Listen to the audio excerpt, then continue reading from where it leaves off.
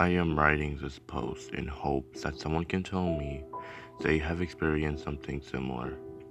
I don't know why I care about that. No matter what anyone says, the situation will be the same. And I will still think that I am losing my shit. Anyways, I hope everyone will take what I am saying seriously. I know how it sounds. If I were reading this on some random thread on Reddit, I would be skeptical as well. But take everything I say seriously. For everything I'm about to say is 100% true. I go to college at the University of Maine. I'm currently going to grad school here, trying to get my PhD in surface sciences. I'm very passionate about science and mainly computers. My first computer was an IBM, an old thing that was revolutionary for the time that was my 11-year-old mind amazed. In '95, I was really into playing Doom and Wolfenstein 3D when I got home from school. My mom and dad never really got mad at me because they were always at work, so no one really told me to stop playing these violent games. My love for these games continued through the '90s, but really peaked at the beginning of 1996. I was a typical '90s kid, obsessed with Fresh Prince of Bel-Air, fanny packs, mullets, classic horror movies, and even for a stint of time, I had a Tamagotchi. With the coming of school in the fall of '96 came the sadness of not being able to play video games every day as I did in the summer. However, school did bring the joy of friends. At lunch and sometimes in class, we would talk about games and new releases that would be coming out soon. Back then, we didn't have websites dedicated to video games news. Instead, my friend group relied on Jeff, one of the more wealthy kids in our friend group, who was subscribed to video game magazine companies that sent out an issue once a month. On the last day of August, Jeff brought the latest issue to school. All of us crowded around around the lunch table, to catch a glimpse and the new system that was coming out next month, the Nintendo 64. We were all begging our parents that night to help us with money to get the system. The N64 was an amazing system as it had 4 MB of RAM and could handle 3D graphics like none other before. I saved a little money from mowing lawns in the summer, but it was not quite enough to buy the console come September 29th of that year. I was disappointed and cried to my parents to help me out just this once to buy this great piece of technology, but my family was struggling at the time, and me being the understanding and caring child just piped down. A couple of hard months passed, and with them came many complaints and jeering from my friend group because I'd still not received a console. It had been a difficult time for me. My parents were fighting, and I just wanted an escape. I would have given anything for that damn console. I hated going to school and hearing all of my friends show off their high scores in the newest games and hearing about them finding secret glitches in the newest installment of our favorite games. Months after the initial release in September, November rolled around. Not exactly my favorite time of the year. I don't like the transition from the pretty orange and yellow fall leaves into roads covered with slick ice, disgusting dark large piles of snow and parking lots with dirt in them. However, there was one thing that was worth my time during that dreaded month. My birthday, 12 years old. Birthdays never really made much sense to me. In the celebration of the day someone was born that is based on the man-made unit of time that is elongated into years. Anyways, I've been really looking forward to this birthday because I knew that it wasn't going to bring around much. As I said before, my parents have been fighting, and I really didn't expect to get anything from either of them because they had been so busy with work and putting up with each other. That is why I was very, very excited to learn on the 19th of that month in 1996 that I was getting $250 for my birthday. I came home that night after school to find a letter from my mom, who had always been the more caring of the two. Hi, honey, I hope that you enjoy your birthday today. The big one, too. Congrats. Anywho, your father and I, as you know, have been having disagreements lately. We were alerted today that there's a program for couples that have been having similar disagreements. We both agreed that we should look into this, and we both fell in love with the idea. Isn't that great, baby? Anywho, the only problem with this is that we were made aware of this a little short notice, so we had to drive south today so we could make it there by tomorrow, Wednesday. The program is going to last a week. I knew that you were our understanding and kind little boy, so I thought it would be okay to leave you alone until next Tuesday. That would give you the rest of the week and the weekend to yourself. To make up for this, me and your father has like to give you a little spending money so you can get yourself whatever you want. We do have food in the pantry, but I do want some of that money to go towards food for yourself. Enjoy your weekend, and see you Tuesday. Love you. I didn't know whether to be excited about this freedom or disappointed in my parents for leaving me on my 12th birthday. Either way, I had more than $200 spent on whatever I wanted. To my punny 12-year-old brain, this was like a godlike amount of money, and I knew exactly what it was going towards right away. I'm sure by now you can assume what exactly I wanted. I took the money out of the envelope, threw on my windbreaker and my old Pro Wings, and hopped on my old red bike I named Silver. I started to head east and past my dad's pharmacy, past the school, and past Jeff's house. I didn't really look over toward his house. He hadn't been in school that week. I skated to a stop in front of the Finger Gym, our local game store. Parked my bike right next to the big window in front of the store and started to waltz in. I really liked the store, and it felt good going in knowing that I was finally able to actually get something instead of just glancing around while my friends debated on what new games they should get or what Magic the Gathering card they should sell. Did a quick look around the store, eyeing the older NES and Super NES, making my way toward my prize jewel, the N64. I finally put my hands on the box that I'd been waiting to touch for a quarter of the year. I held it up to the light so I could read the line under the name. The Fun Machine. Damn straight it is. I ran my fingers over the smooth cardboard cover as I started to walk towards the counter. The kid working at the counter laid down his cigarette in his ashtray that was next to his Rubik's Cube. Now that I think about it, that probably wasn't a cigarette. Just assumed it was because I was still a small middle schooler that had a lot to learn. When I got up to the counter, he asked, "Is that all?" Crap, I'd forgotten to get a game. I responded with a quick no and started to look behind him at the selection of games. Most of the ones that were back there were meant for the Super NES. Makes sense, the N64 had been very popular in America, so of course all of its games would be sold out. I spoke after glancing around a bit more, desperately trying to find a game. "Do you have any N64 games in the bag?" The boy took another drag and blew smoke in my face. "I don't know." "Well, could you go back and check for me, please?" "Alright, kid, fine." He got off his stool, started towards the bag. He pushed the curtain out of the way and started to search. Looked around the store and at the plentiful gaming posters and walls lined with board games and models of popular TV show action figures. The boy returned after less than a minute with a cartridge in his hand. "We only have one, it looks like." Started to hand it over, but then pulled it back towards him. Wait a second. What do we have here?" He turned the cartridge over to reveal its face, only to be covered by a sticky note with the words, "Do not, under any circumstances, sell." "Now see here, kid, I've never been much of a rule follower. This thing had been buried under some shit in the back, so I don't think anybody will be missing this anytime soon." So he gave a wide grin to reveal his crooked teeth, layered with yellow grime. "I'm willing to strike a deal with you. I will sell you this game for a couple extra bucks. My boss probably didn't want to sell it because it must be some limited edition or something. So I'll get you this game. Just don't tell nobody, alright, kid?" Of course, my eager little mind didn't care about what was right and wrong at the moment. There was an N64 in front of my face, for God's sake, even with a possible limited edition game. So of course I took the grimy kid up on his deal, even though I knew he was going to pocket those few extra bucks. I waltzed out of the store the same way I came in, excited for what was about to come about, but only this time I was carrying an N64 and a game instead of $250. Put the plastic bag into the wire basket that was on front of my bike.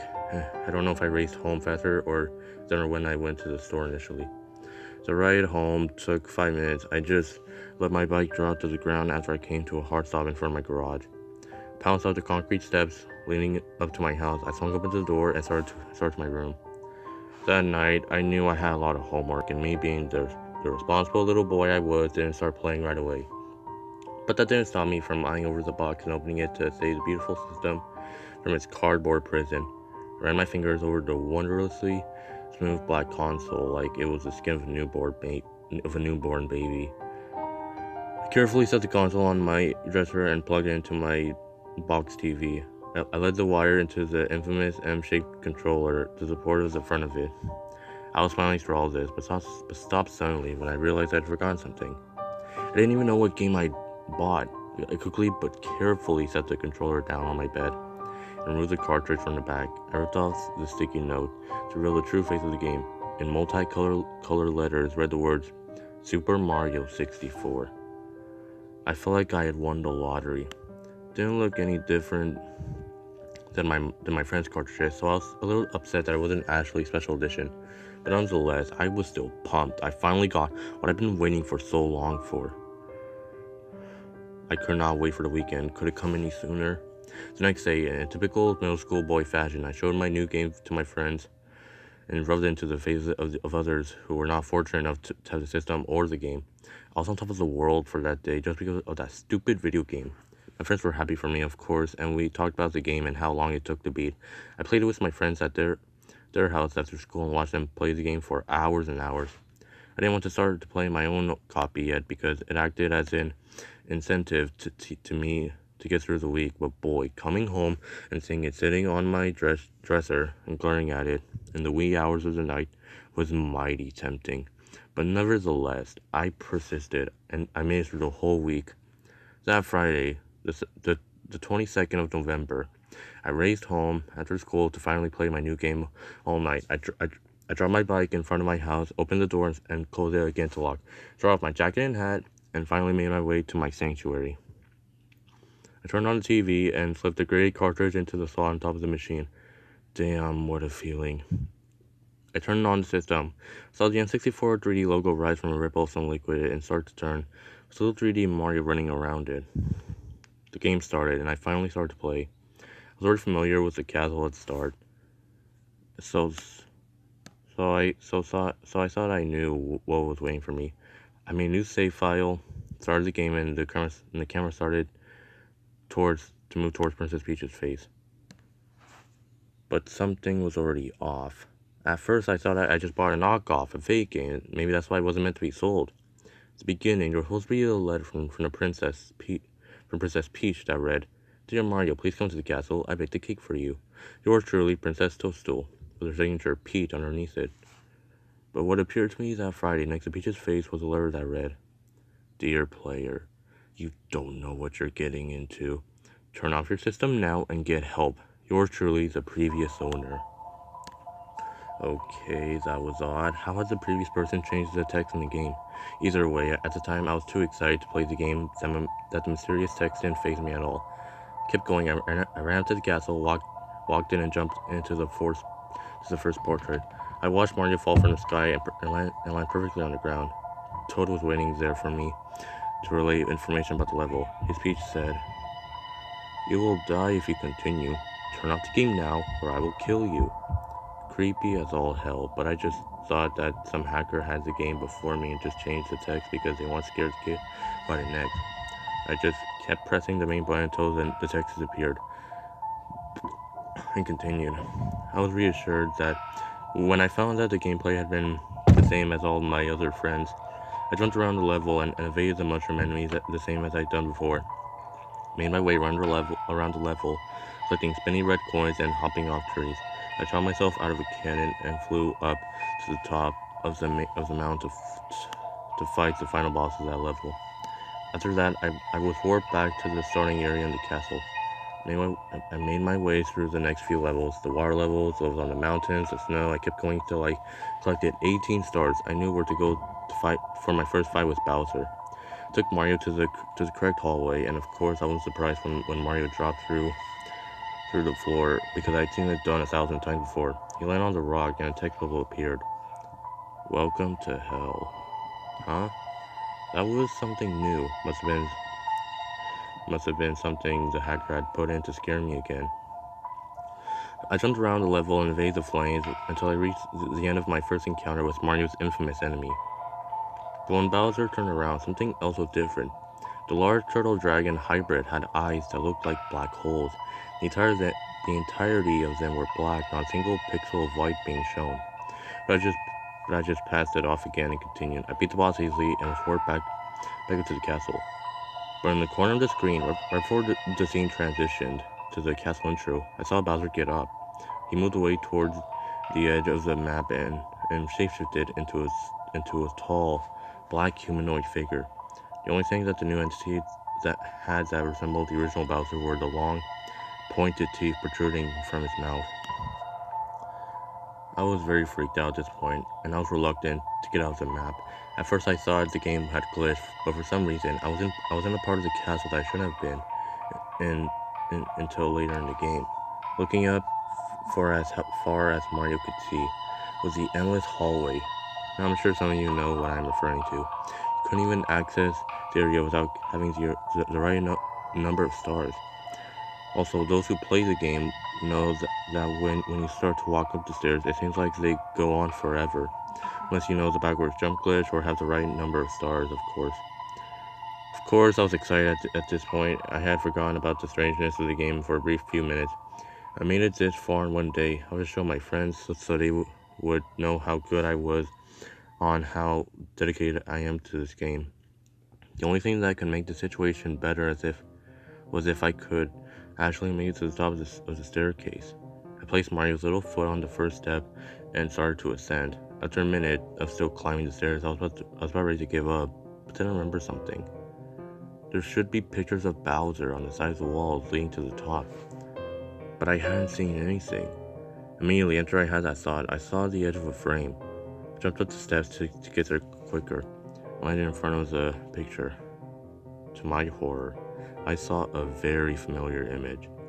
Sitting on a rock was 6-year-old me with my old dog who had died last year. I was very shaken up by this. All my other excuses for the strange events held no weight now. This just couldn't be explained away. Of course, my curiosity told me to continue. I started ascending again, only to find more familiar pictures. I walked past a plethora of photos, all of which were of me and my family. Not only were the photos themselves familiar, but the order they were in were hauntingly similar to the ones leading up the staircase to our second floor.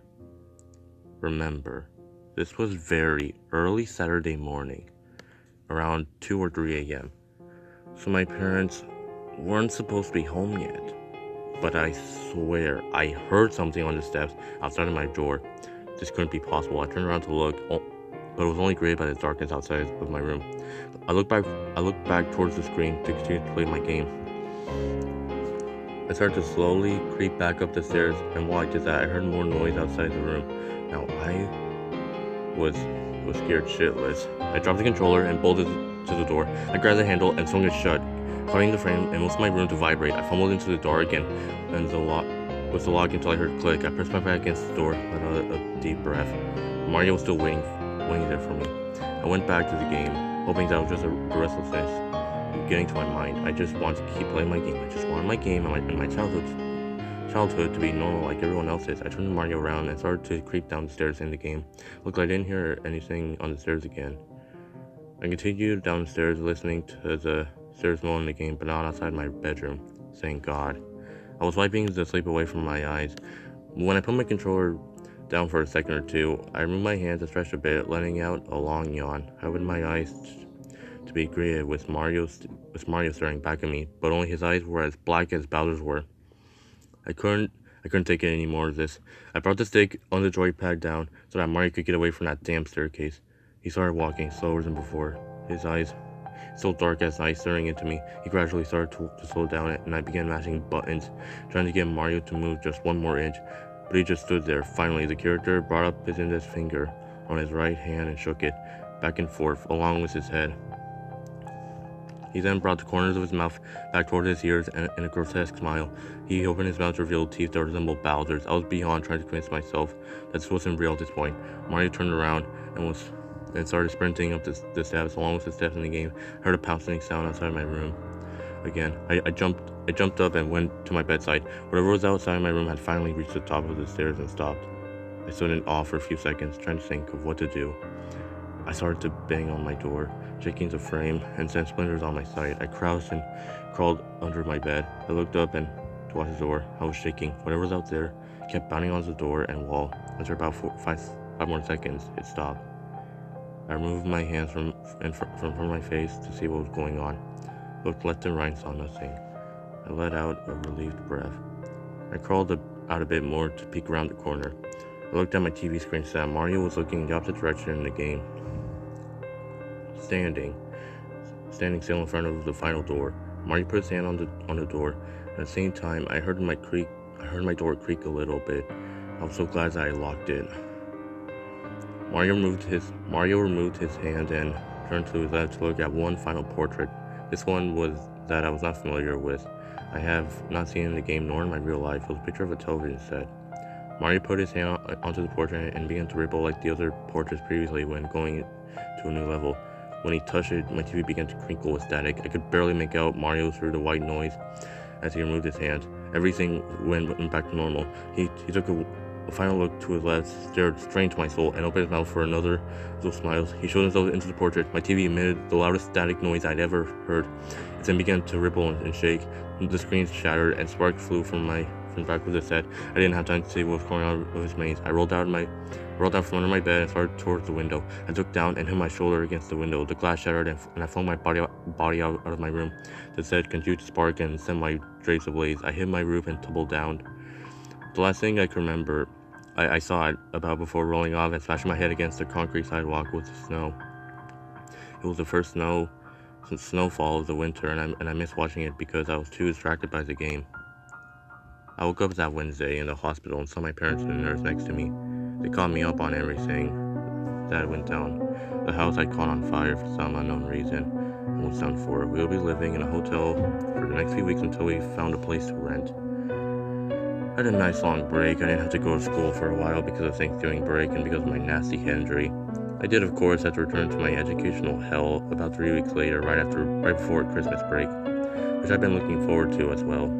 I returned and continued throughout my classes with little to no struggle. Teachers were going easy on me. Who would give a kid whose house burned down something to head injury and whose parents were going through a divorce, stressful hours of homework?